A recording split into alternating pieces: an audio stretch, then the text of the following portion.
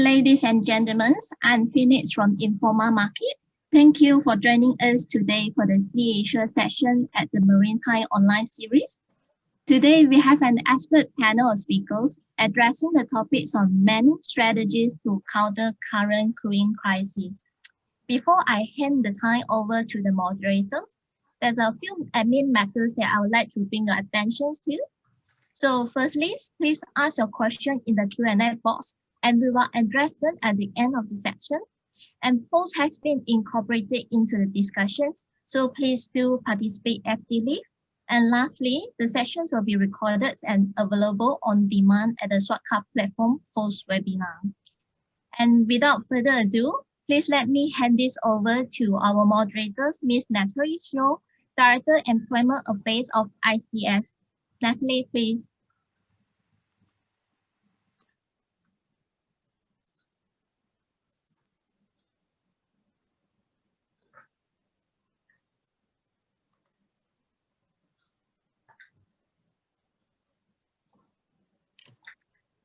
Good morning, and I hope everybody can see the slides that I've just put up with regard to this morning's session. I see nodding, so that's encouraging. Thank you. I'm Natalie Shaw. I'm the Director of Employment Affairs for the International Chamber of Shipping, and for the last 18 years, I've been one of the people who've really been responsible for looking at the industry level initiatives in relation to the employment of seafarers. So I work at the UN level on behalf of ship owners, and sometimes I do a better job than others. And certainly I know there's quite a lot of frustration, I suspect, amongst some of our audience members. I would like to take this opportunity to say that we are working as hard as we can in what is an extremely challenging and difficult environment. And I very much look forward to seeing your questions today, to seeing what further things we can try to do to alleviate the situation for shipping companies and crewing managers. So it's your opportunity to feed back to those of us who work in ivory towers to make sure we get your message across. Without further ado, I'd like to ask each of our respective panelists to introduce themselves. I'm going to ask Captain Fradi to start with, please. Captain Fradi. Yes, hi, good morning, Natalie. Good afternoon, everyone, wherever you are. I introduce myself briefly. I'm the crewing and training director at Columbia Shipmanagement. I was previously sailing as a captain on tankers for 8 years, and I also had brief experience as a pilot. So that's briefly me. Thank you. Thank you very much. Next, I'm going to ask Dennis Hansen to introduce himself. Dennis, please. Thank you, Natalie, and good morning and good afternoon to everyone. My name is Dennis. I'm heading the crewing services with BW Group, which provides in-house or crewing service to our in-house managed vessels for BW LPG, LNG, and Hafnia.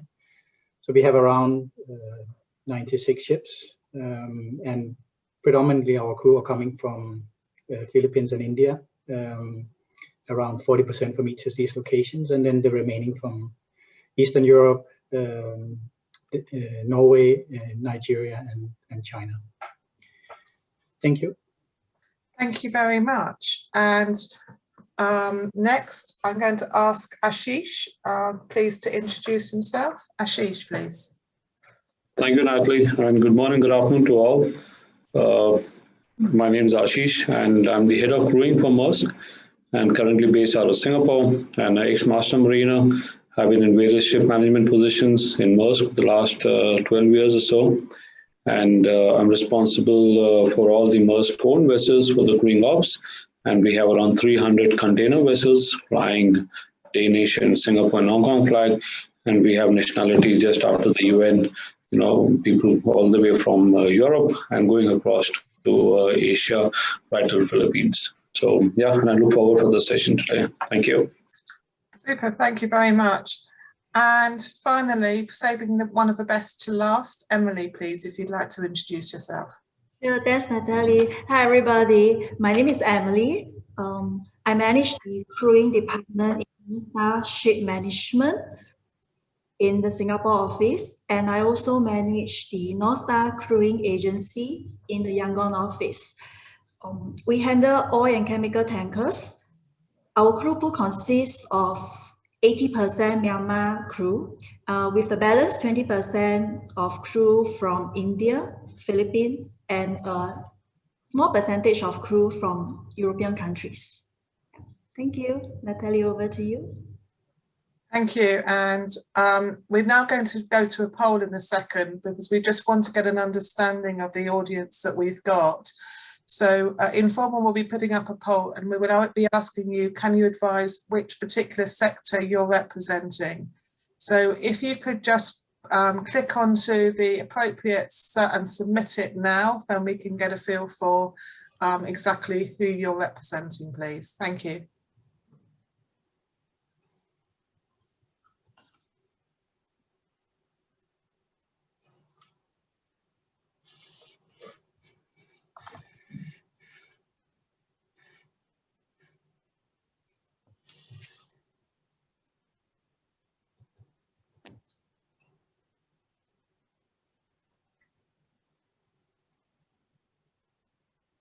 Okay, could I now ask Informa to share the results with us, please? Thank you.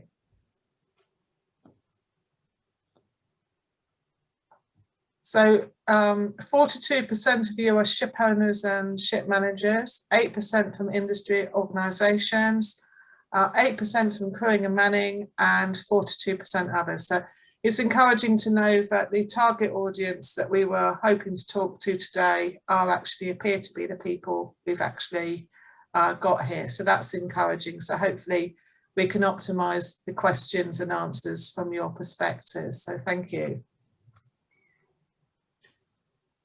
So we're now going to try to move to some of the issues that I would like to sort of cover in this session. And I'm sure these are just some of the challenges we face, certainly not all of them. And I'm sure our esteemed panel this morning will probably come up with some other issues as well. But the types of things we'd like to cover today will be visas, transit issues, flight availability or non-availability, countries which are actually not allowing seafarers in or out. And I know we have somebody here from one company at the moment which is facing severe problems in the Pacific Island states to get seafarers home. So I'm sure they will allude to that. Medical care, deaths at sea, provisioning of vessels, the wrong placement of containers, which is therefore making it difficult for ships to perhaps be able to trade at the time patterns that they want, and therefore ultimately slowing things down, and crew abandonment. So that's just a few things, but I'm sure my colleagues this afternoon will be able to come up with some more. So I'm now going to ask each of the panelists in turn to perhaps respond to the first question, which I'm now going to put up on the screen. So what's the biggest challenge that you faced over the last year with regard to crew changes? And this time round, I'm going to start with Emily, if I may. So just to keep you on your toes, Emily, please. Yeah, thank you, Natalie. Okay. The biggest challenges we encounter over the last 1 year in this pandemic is actually logistic arrangement. So from getting the crew from his home to the joining location, and also to bring the off-signer home. So we do encounter difficulties in obtaining the required visa arrangement. Therefore, it is our hope that more countries will be open to allow crew members to travel with a special visa upon arrival structure. This will greatly help us to facilitate crew changes, especially for urgent crew changes, whereby we really need one special visa for a joiner to reach the country to join a vessel. The next challenges with regards to logistics will be managing flights. There are a combination of charter flights, commercial flights, relief flights arranged by various embassies. So during last year, around this period, that is where most of the flight carriers have actually shut down their services due to various countries having lockdown restrictions. Norstar have actually arranged with a few stakeholders, and we arranged a couple of charter flights to bring our Myanmar crew home. Yes, so that is a joint arrangement with a few companies. Yes, and thank you. Thank you. I mean, I'll give some of the others a chance, and then maybe we can come back to some of the challenges later. So perhaps next, if I could ask Ashish, please. Ashish, have you got any specific challenges that you've faced which have not yet been mentioned? Yeah, I think the biggest we have seen is that, we've not been very successful in getting our seafarers medical assistance, right? And I think that is the basic need that everyone has. If they fall sick, they should get a medical assistance. And a lot of ports have been resistant to allowing seafarers going ashore for providing that. And, some points already mentioned by Emily, which stand for us also. And it's also a bit surprising and disturbing to see some countries not allowing their own nationals to come back into the country, which meant some are stuck on board for a longer period of time. And I think countries having a more inward approach probably has impacted crew changes over the past few months. Thank you, Natalie.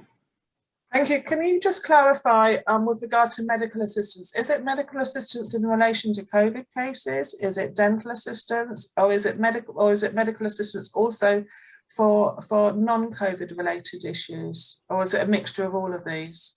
It's a mixture of all of this, right? So we had a seafarer who fell sick and needed to go to a doctor for a dental, and they said, it's not life-threatening, so this guy cannot go ashore, whereas it can be painful. So just to give one example, right? So for COVID cases also, they will not allow a vessel to come inside the airport if there was a COVID suspected also on board, right? So I think seafarers lost on basic medical support, which were quite different from people staying ashore, right? Where it is given that you will get medical support, but having these guys stuck on board for a long period of time and not getting this, I think that was quite disheartening to see. Thank you. And thank you for that clarification. Perhaps I could now go to Dennis, please. Are there other challenges that you within BW have experienced that you want to share with us? Yeah, I mean, I can only first of all echo what Emily and Ashish said. I mean, of course, the visa, medical assistance, and also seeing countries not allowing their own nationals to returning is, of course, some of the issues we have seen. But I would say that I think, despite all these great efforts made by many maritime organizations and associations, and like the UN and IMO and the Neptune Declaration, and even the fact that many countries have declared seafarers as key workers, then we still have seen very little effect of this. And I think what Emily talked about a visa, for me, that's probably one of the low-hanging fruits to allow seafarers to travel on a seafaring identification card. So that I think for me is probably one of the most disappointing things that has not been resolved. The other thing I see is that is also a big issue is, especially currently, is some countries not respecting the safety of the ship when they come into port, meaning officials not being willing to take the precautions that are required, some of them being very arrogant and maybe not wanting to wear a mask, or not being willing to reduce the time in the accommodation, do clearance of different things on deck or whatever it might be. And these are even countries that have many seafarers or big seafaring supply countries. How widespread is that from your experience, Dennis? Is that sort of 20%? Is it 10%? Or is it more common in certain countries than others? I mean, No, it's definitely more common in certain countries, but it's definitely a problem that we see because I think there has been, especially this year, many more cases on board vessels globally, and it seems not to be from crew joining. The majority is definitely coming from the exposure to shore personnel coming on board. Is it worth, and I mean, I'm just wondering, but last year we had this issue raised fairly soon after the pandemic first arose, and there were protocols which were drawn up in conjunction with class societies and others of people who are potentially coming on board to try to give that message. Is it worth us trying to re-emphasize that message again? Maybe, do you think it's increased since, and perhaps, sort of a certain amount of apathy has started to creep in on that? I don't know if it has increased. I think it's just as the situation increases or worsen in certain countries, that's where you then become more worried about the personnel coming on board. And then when we try and implement more strict guidelines, then we definitely see resistance. And I think, I mean, it mainly relates to port officials, and I think it would definitely be worth taking it up with many of the countries. I don't want to mention any names of countries, but I think we all know probably where these things are happening. And I think that's a great risk right now, and something I think, again, is really very simple, and it's a complete disrespect to the crew on board. Thank you. And Captain Fradi, are there other issues which have not yet been touched upon by the others that perhaps have particularly affected your crews? Yeah, I mean, well, that's very difficult that there's something really major left. I think the guys have covered everything. But just to emphasize that we would really prefer to see a more harmonized approach between the countries on the major shipping lines and the hubs for the crew changes. If you see the different approach, for example, between the United States and China, I mean, I would just simply name the countries because we are dealing with this situation every day. The difference is huge in the approach, and that creates a lot of obstacles. And we know, most of the new built vessels are coming from that area in the Far East, and of course that creates a lot of unnecessary challenges. We respect the countries' will to protect their communities. That's fully respected and appreciated. However, we also believe that seafarers should be treated very much like airline crews. And I don't think this is happening now. So that's the only thing. It is very essential to keep the goods moving between countries, and that political decision, I think, has to be made. The same also what I think Ashish mentioned about the medical assistance. That's basic human rights, and crew should not be denied, especially in emergency. Yeah, that's all from my side.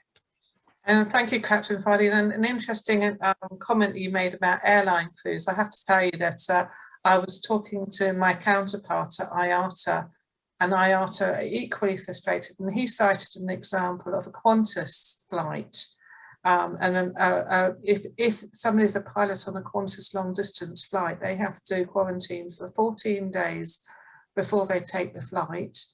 They then have to quarantine at the point where they've come off the plane to go into an airline hotel at that point for another 14 days. Then they have to get back on the flight to go back to Australia. And guess what? They have to quarantine for another 14 days in a hotel in Australia before they then have to get back on their flight. So we think that seafarers have got a rough ride, but can you imagine just literally spending months on end going backwards and forwards between airline hotels and being stuck in a room there with having to quarantine? It beggars belief is all I can say. And so we are starting to try to see if we can do some work at an international level together with IATA, just to say that the whole system now is fundamentally broken, and it's not sustainable in the longer term. And I hope that will start to pay some dividends, but I fully hear what you're saying on that.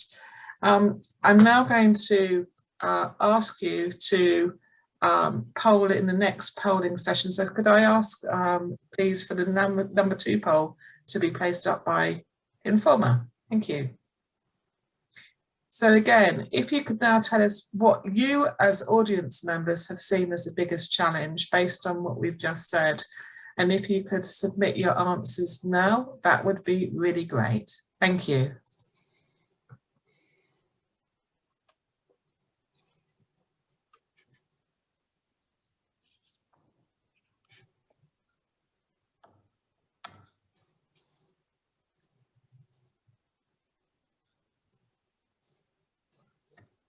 Okay, and perhaps I can now ask if those results can be shared with the audience, please. Thank you. So clearly the biggest concern affecting the audience is crew transfers. So let's touch upon that and go into that a little bit more detail. And interestingly enough, handling death on board. So I'd be interested to know if there's anybody in the audience who clicked on that particular issue, if they would like to share their experience with us. Perhaps they can put their question or their experience into the Q&A box, and we can come upon that one a bit later. But Dennis, what are the three main things you think that we could do to try to resolve some of the transit issues you've talked about? What would be the biggest advantage that we can make? You talked about Seafarers' identity documents. Are you suggesting a wider spread use of the 185 identity documents, or are you talking about more flexibility in that regard by countries? What would you see as being helpful? As I said, definitely being able to travel on a seaman's book, for example, or identification card. I definitely think that helps a lot. I mean, we have to remember that seafarers are also in isolation for, at least in our company, we have them in isolation for 10 days before they leave their home country. And you still have to complete a lot of other things before you go into isolation or visit an embassy or whatever. So there's long waiting times for visa. So you have to start really well in advance to make this happen before you're going into quarantine. So for me, visa is really a big issue. Of course, there are still certain issues around flights, but that's, I think, more a local issue in the Philippines on limiting flights into the Philippines. So I don't think we can do so much about that. So I think that's really the main thing for me. Okay, and Emily, just on that, I mean, we're all talking today. I'm here in London, sunny London actually. You're in Singapore, and we've probably got audience all around the world listening into this session. Dennis talked about seafarers having to go to embassies. Why couldn't, is there an opportunity we could do perhaps to encourage use of technology, so that perhaps while people are actually in isolation, maybe they could have a video chat with somebody in an embassy to get their things moving? I mean, are we optimizing the use of technology to help us in this particular environment, or do you think there's more we could do to accelerate things and look at different processes to facilitate this? There are actually two approaches for that. We need to accelerate the process. As Dennis has mentioned, this is not something very new for every one of us on visa restriction. So yes, using of technology, we did.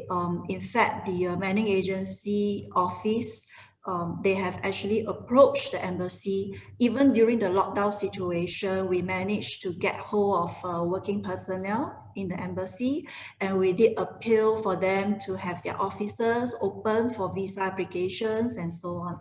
But there is still a limitation to what we can do. So on the other hand, I have another approach that is, as we have discussed, instead of placing someone who needs a visa to enter a certain particular crew change location, within us, we can form out a crew pooling system whereby in case of emergency, if you do not have a crew that holds the required visa to enter a country for a crew change, then we can actually tap on other resources to engage another crew to join the vessel instead. Of course, we are talking about more senior positions whereby we really need this headcount to be on the ship, or if there's a crisis for a senior officer crew change. So tapping on a crew pool system among various stakeholders and companies could actually help in special situation whereby we need to effect a crew change urgently. Thank you. And I'm going to go to one of the questions from the audience, and perhaps pose this one, if I can, to Captain Fradi. Captain Fradi, can you comment on any particular costs that you're now incurring during the crisis that perhaps you hadn't envisaged you'd have to take into account as a business before the crisis? And what are you doing in terms of that? Are you having to raise your prices, or are you trying to absorb the cost? Yeah, well, what we do with the cost is the complicated part, but the cost is there, Natalie, for sure. So the additional cost is on the, I can give you a very simple example. So the quarantine has a cost. Of course, you have to pay for a hotel, and if you want a decent quarantine for your crew, especially in Philippines, you have to pay a higher cost. And then flights can be tremendously costly, and especially if we talk about flights to Australia or cross intercontinent flights. So these are extremely costly. I mean, we've seen prices which we could even not imagine in the past before this crisis. And of course, there is additional cost when you have to, for example, deviate the vessel to do a crew change. That also creates the question, if you can deviate the vessel to country A while she was going to country B, meaning that country A has less restrictions than country B, which again puts us, Natalie, back to the first question, why countries are not harmonized. Of course, I understand the level of contagious infections and so on, but definitely this is something we need to look at. So there are many other sources of additional cost related to COVID, and definitely these costs are being absorbed by the owners or the ships, and this is of course creating a lot of pressure on the business. Of course, depending on the ships, we know that the business is not going so well for all type of vessels, right? So you know that the tanker market is not extremely well these days, contrary to the container market, and that puts a lot of pressure on the ship owners. And yeah, and many of these costs, I think we could have done better if the governments were coordinating. Thank you very much. And I'm now going to go to Ashish, if I may, and just ask you, as a big shipping company, do you think we're doing enough to focus on seafarers' well-being? I think this is quite a broad question. I think it's perhaps a question which has certainly challenged us all during the current pandemic, but it's actually an area that I think we need to consider longer term. So in like 4 or 5 sentences, so that we can then move on, what do you think we need to do on this? Thank you. Yeah, Natalie, maybe if I can just comment on the visa part, right, before moving that to your question.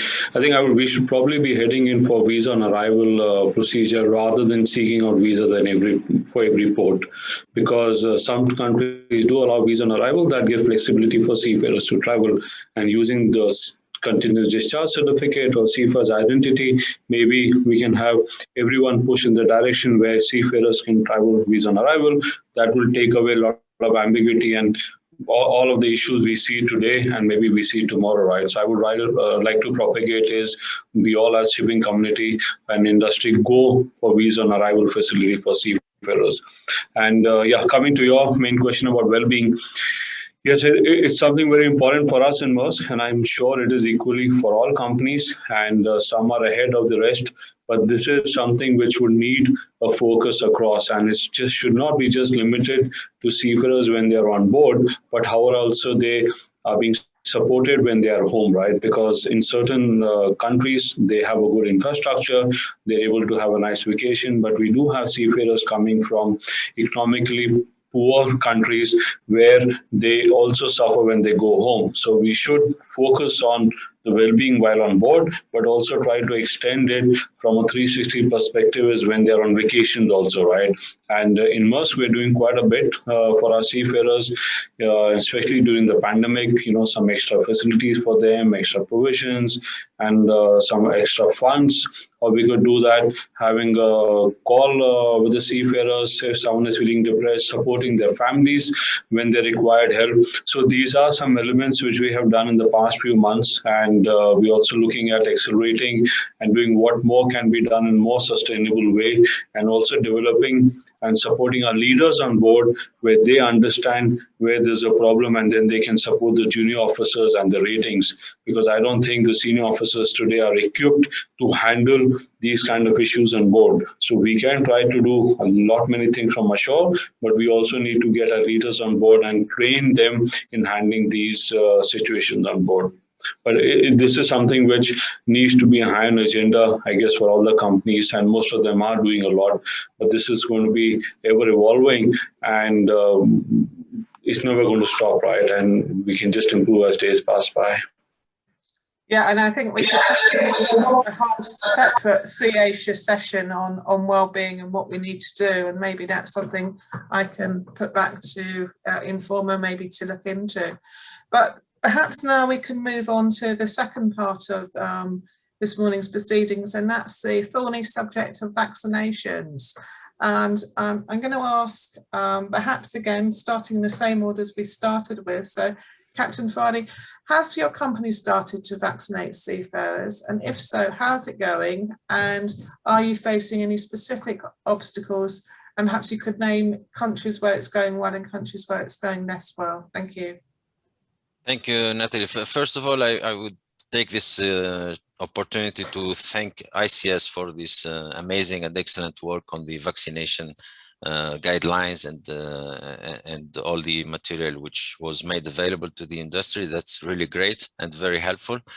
Yes, of course, like I'm sure all my colleagues here, we are all doing our best to ensure that our crew, they have access to the vaccination wherever is possible. And again, I would be very honest and open and say that the United States are doing an amazing job in allowing the seafarers to be vaccinated even on board, which is even much more practical.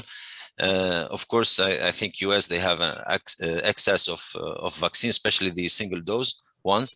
That helps a lot, and this is definitely our crew, the majority, I would say more than maybe 95%, they're willing to be vaccinated. Only few are a bit skeptical, but I think with time, with more awareness and more education about the benefits of the vaccination, we will come to the point that everyone is willing to get this vaccine.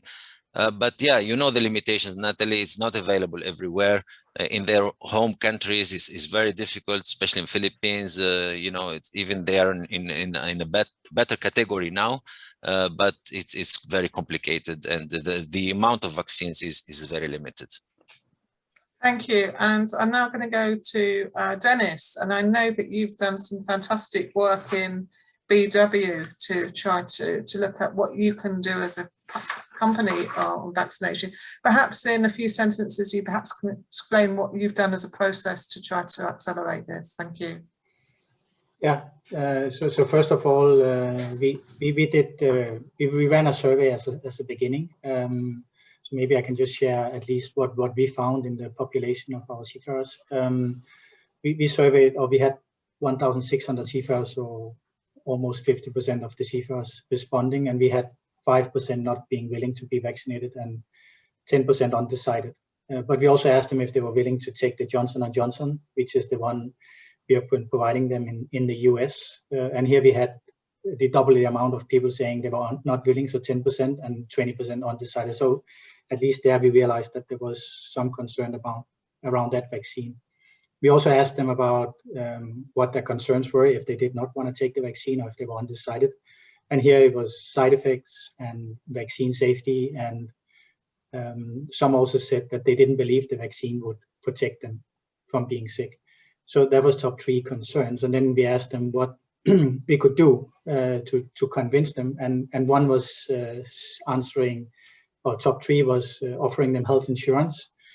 Another was giving more information, and one saying if it was required in order to travel. So I think the answers in terms of what we can do and their concerns definitely shows that information is extremely important. So I think maybe initially we believed that there's already a lot of information out there, but of course there's also a lot of misinformation. So we decided to create a policy and guidelines around vaccines, which we have just sent out to the vessel. So trying to explain why it's safe and giving some data, but also explaining on how we will do it. So we are right now vaccinating a lot of ships in the US, and then in the Philippines we have participated in some of these private sector arrangements for vaccines, both for Covovax and for Moderna. Those have not arrived in the Philippines yet, though. But right now we have 15% of our crew that has completed vaccination, and another 3% that are on the first dose. So majority is the Johnson & Johnson in the US, where we have 490 now vaccinated, 27 vessels. That's great. Thank you very much. And Emily, what about your people? Are you finding it relatively easy to get them vaccinated, or is it a challenge for you?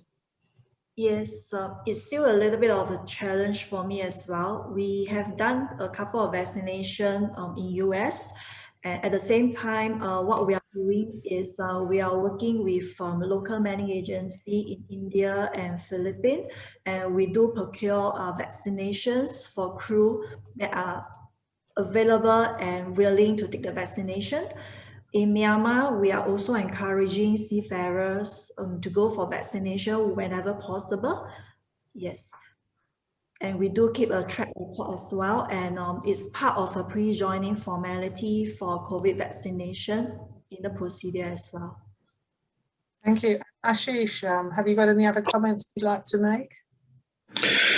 Yeah, no, just to top it up, as you know, while we have a very strict safety protocol for our joiners are on board, but I think vaccine is going to be the key to success, right? Or what we call the ticket to the dance. You need to be vaccinated, because that's what's going to make the crew safe and probably easier for them to travel when new changes are coming in. And having a large pool, what 12,500 seafarers, totally, we have vaccinated around 10%. Still have a long way to go, but more and more countries I see need to open up to it. So US is doing a great job, but it's a bit disappointing to see countries in Asia and Europe really not supporting this cause, right? While they all have declared seafarers as key workers and everything, etc., but they really don't seem to be supporting that as of now, because they're all focusing on their own nationalities. What we need to see is, how as a industry we can push for them to be done, so that they can be done at home, but that will be a long process, especially in countries like Philippines and in other locations. It is going to take a few months, maybe until next year, and it will not be safe, and we cannot really carry on having crew not vaccinated till next year. But getting them done on board, because our data also shows we have done a faster vaccination in US compared to those guys who were at home, also because it's a single dose, and you can do 20-40 in one day. A couple of ships are walling over there, and at home it's not all that simple, right? So we need to see how to accelerate for seafarers to be vaccinated while they're on board and calling ports. And I look forward to more and more countries stepping up and doing this, and that's to see how we can rally all of us in encouraging or getting the countries to do that. Thank you. And just to maybe highlight to you, at an international level, we are very much pushing for port states to do vaccination in the same way that we're starting to see happening in the US, certainly in Europe. We know that, for example, progress is being made to start this happening now in the Netherlands, in Rotterdam port, and also in Antwerp. So we're trying to get this moving and accelerated. I know there's also some work being done with the Danish government, who I believe have currently got a surplus of J&J vaccines, and we're asking the organisations to see if they can encourage the authorities at B to try to make those available to international seafarers. So we're very much on the case on that one, but the problem is national countries keep changing their own and expectations. So, for example, in the UK, where I'm based, we were initially told that seafarers, key workers, would be looked at once we went through the different age groups, and then once that was done, then they would be prioritised. That's now changed because they've now lowered the age group. So they're now saying there's an additional layer before we can start to do that. And I think that's happening in other countries as well. So it's as if we're stuck in a bit of a mire. And the other concern that we've got at an ICS level, and I'm sure companies have got as well, is what happens if the airlines say they are only willing to take people who've been double vaccinated, and the seafarers who are stuck on vessels can't get vaccinated because they're away from home in the trading routes that they're working in. That's a real challenge, and that's something we are pushing very heavily on at the UN level. And unfortunately, we're not gaining nearly as much traction as we'd like, but we will still continue to push that. I think Captain Fradi mentioned the materials that ICS has worked on. I can't take credit for them totally. I coordinated a group that worked on those materials, but it was a cross-industry initiative with all the key players, Intercargo, Intertanko, Intermanager, and the International Maritime Health Association. And indeed, we produced a vaccination roadmap to try to help ports to know what they needed to do. We've also introduced a vaccination leaflet specifically designed for seafarers to try to answer their concerns and trying to look at the myths being created. That document already will be updated in September. So we will have a Seafarers Vaccination Leaflet #2 available for the final quarter this year, because just in the space of probably what would have been 4 months from start to achieving that, things are moving pretty quickly in terms of more vaccines now being available on the WHO list. And also we're starting to get the feedback on the types of things that, that Dennis alluded to for what are the areas where seafarers are refusing the vaccine, on what basis, so that we can try and get some more robust questions and answers put into those documents to hopefully alleviate some of the concerns of seafarers who are affected. So I'd certainly encourage companies that are listening into this call to contact ICS and contact myself. Please feel free to do so with those sorts of concerns. What are the particular reasons people are coming back with as to why they don't want to be vaccinated, so we can get some medics to try to work with us to get answers to those questions to see if we can change those perceptions. So I'm now going to again go to the next poll. Okay. My screen seems to be stuck. Here we go. So has your company started to vaccinate seafarers? If the answer is yes, please click yes. If the answer is no, please click no. Now, please.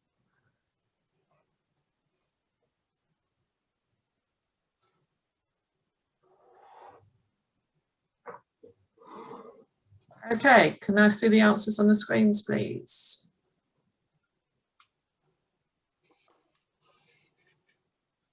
So 83% of companies have and 17% haven't. Perhaps in the Q&A box, can I ask the people who have not yet started vaccinating, perhaps just to put some reasons why they've not done that? Is it because it's not available in their country? Is it because the company has a policy saying it's not our concern? What are those reasons? And maybe we can talk a little bit about those. And then one final thought, just while we're waiting for those answers, I'd just like to go around each person and just ask for the biggest lesson that their company has learnt during the crewing crisis. So maybe if I can start with Ashish, what's the one biggest lesson that you've learned during this crisis? Yeah, I think important for us is that, crises like this have to be managed in a partnership model between companies and the government. And it cannot be one company trying to do it on its own. How do you rally together as an industry to do it? So we have come, at times with other major our competitors, CMA, MSC, HAPAG, how do we handle all of these crises where we can go together to a government to get an approval? And so any crisis, it has to be a government and a company or a partnership model, and all the industry needs to stand together in addressing it rather than everyone trying to do it in silos. And I think it has helped us a lot on that. Thank you. Thank you. And perhaps next, if I could ask Emily, what's your one biggest lesson, please? For my experience, I would say creative and innovation crew change arrangement never stops. Even before the pandemic, I believe all of us here has been always thinking of a strategy on crew change planning, rotation, how to place our crew members on the ship, their career development, and so on. So with this crisis, it actually adds even more importance to this area, because that is where we will then have to list out all our crew members for the rotations and during crisis management. And at the same time, the routine communication that we have with our crew members before the pandemic and during the pandemic now actually helps us, because our crew members understand us. They know that they know what we plan for them and what are the future for them. So despite the crisis and the pandemic now, seafarers are able to understand our situation and cooperate with us, and able to continue to be very resilient and hang on to the situation and wait for their crew change. So I remember I used to spend a lot of time since last year, over that last 1 year of pandemic, to have a lot of one-to-one session with crew members, especially distressed crew member who really wants to go home. Thank you. And I know we're running quite short on time, so perhaps Dennis, if you could give us your wish, if you could wave your magic wand and put the world to rights, what would that be for? No, I think the lessons learned for us, I think there has been many lessons learned. The first one is definitely the importance of diversity in the crew pool. Number two would be the communication to the crew. I think we very early realized that communicating open and being very transparent and honest with the crew about what we can do and cannot do was extremely important. Also, the crew welfare, which was mentioned earlier, we were lucky that we had already a lot of things in place, and that has definitely helped us. And then I think we have all learned that doing things online can be done in terms of training and conferences, and I think we have learned that it's even easier now actually to reach out to many people, whereas in the past we maybe had to physically call people for conferences. And so now I think it's become much easier to keep close to the crew on board. And then I think the last thing is really, it has been nice to see how all companies and industry associations have collaborated across.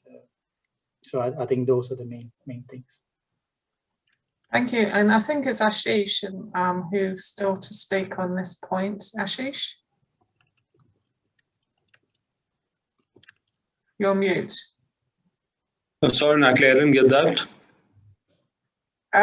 So what would be the biggest thing that you think we could make a difference on if we were to do something, if we were to have another pandemic in 5 years' time? What should be in place at that point to avoid these things happening again? Yeah, I think, most of the points have been mentioned, but I guess when we say seafarers are essential workers and keeping the world moving, we really need to get that in place, right? Where they are treated differently than any other normal passenger on a flight or travel. So if we can get that visibility and importance, I think we should be able to handle that properly. And yeah, communication is going to continue to be more important. And how do we get our seafarers more digital than what they are today, moving away from going and getting a visa or something to digital world, and training to be done digitally. And how do we really get them on a mental well-being, right? Support them in managing all of these crises.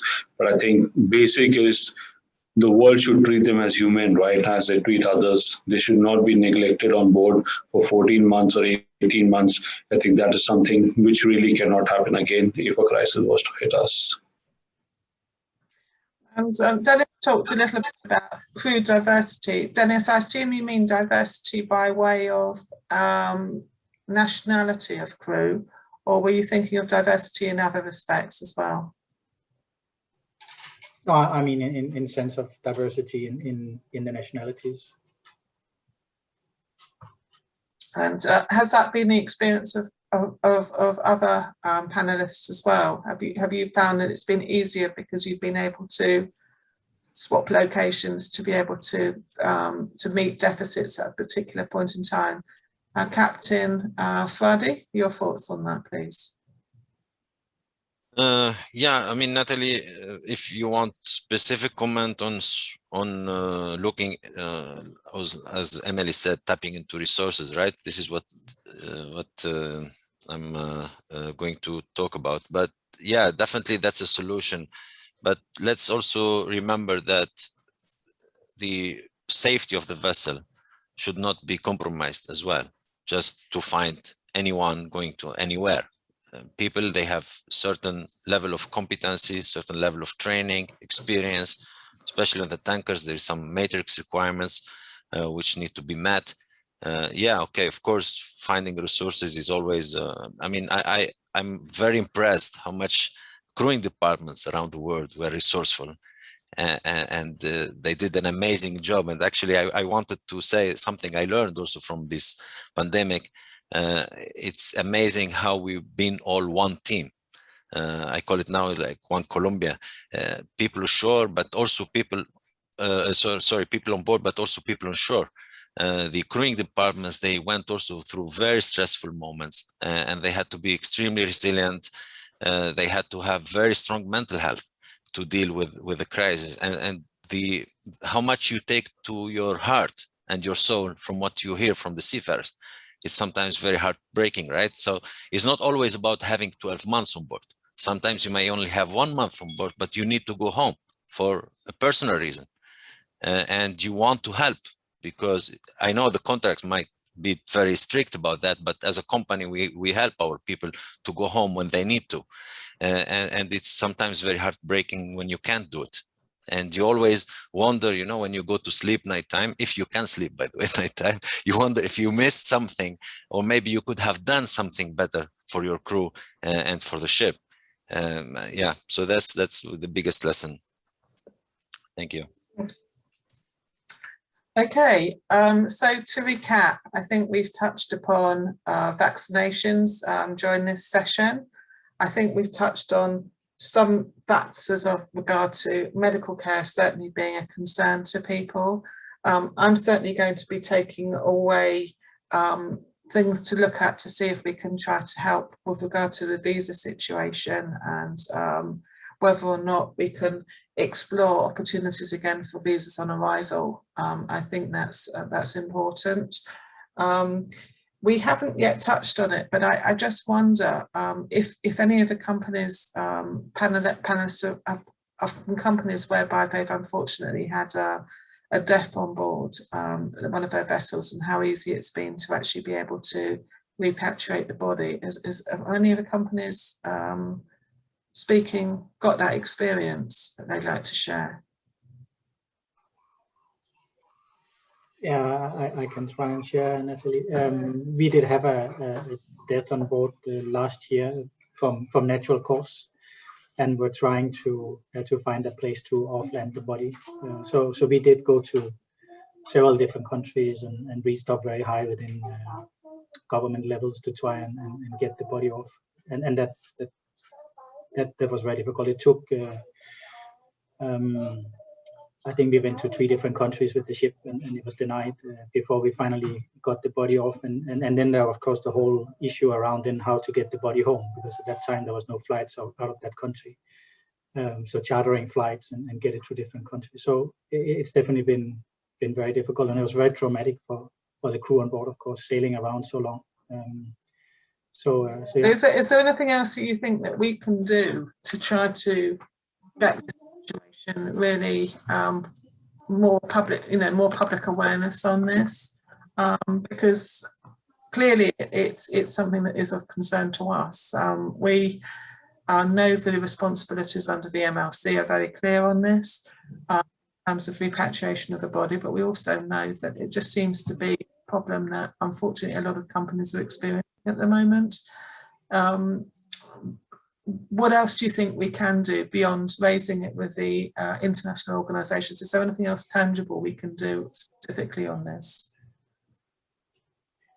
I don't have any specific suggestion, but I think it's disappointing that some of the larger countries that are large players within the shipping industry and are not taking a lead on this, and at least in those locations they would make an effort to allow this. So there will definitely be a problem in some other countries, but there's definitely some that should have taken the lead on this.